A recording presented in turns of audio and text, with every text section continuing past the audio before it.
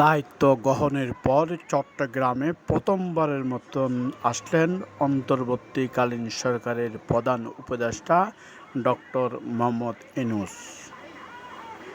সরাসরি চট্টগ্রাম বন্দরে এসে বন্দর পরিদর্শন করেন এবং ব্যবসায়ী বন্দর কর্মকর্তাদের সাথে মতবিনিময় সভা করেন।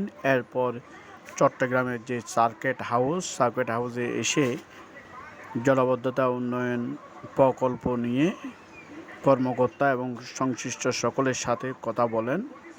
এরপর কালুরঘাট সেতু ভিত্তিপ্রস্তর স্থাপন করেন। একটু আগে আপনাদেরকে দেখাচ্ছি, উনি চট্টগ্রাম বিশ্ববিদ্যালয়ের উদ্দেশ্যে রওনা হয়েছেন। সমাবর্তন অনুষ্ঠানের প্রধান অতিথি থাকবেন এবং বক্তব্য রাখবেন।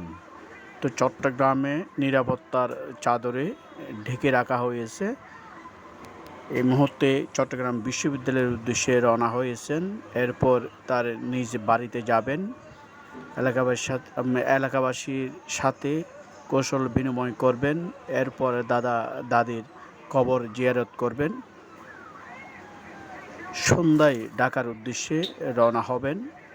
কিছুক্ষণ আগেই চট্টগ্রাম বিশ্ববিদ্যালয়ের উদ্দেশ্যে রওনা হয়েছেন এবং চারিদিকে শ্বাস রব, মানুষের মধ্যে উচ্ছ্বাস আনন্দ। সকাল থেকে স্বাগত জানানোর জন্য রাস্তার মোড়ে মোড়ে অপেক্ষা করছেন চট্টগ্রামবাসী। প্রথম চট্টগ্রামে আসায় মানুষ খুব খুশি এবং আনন্দিত।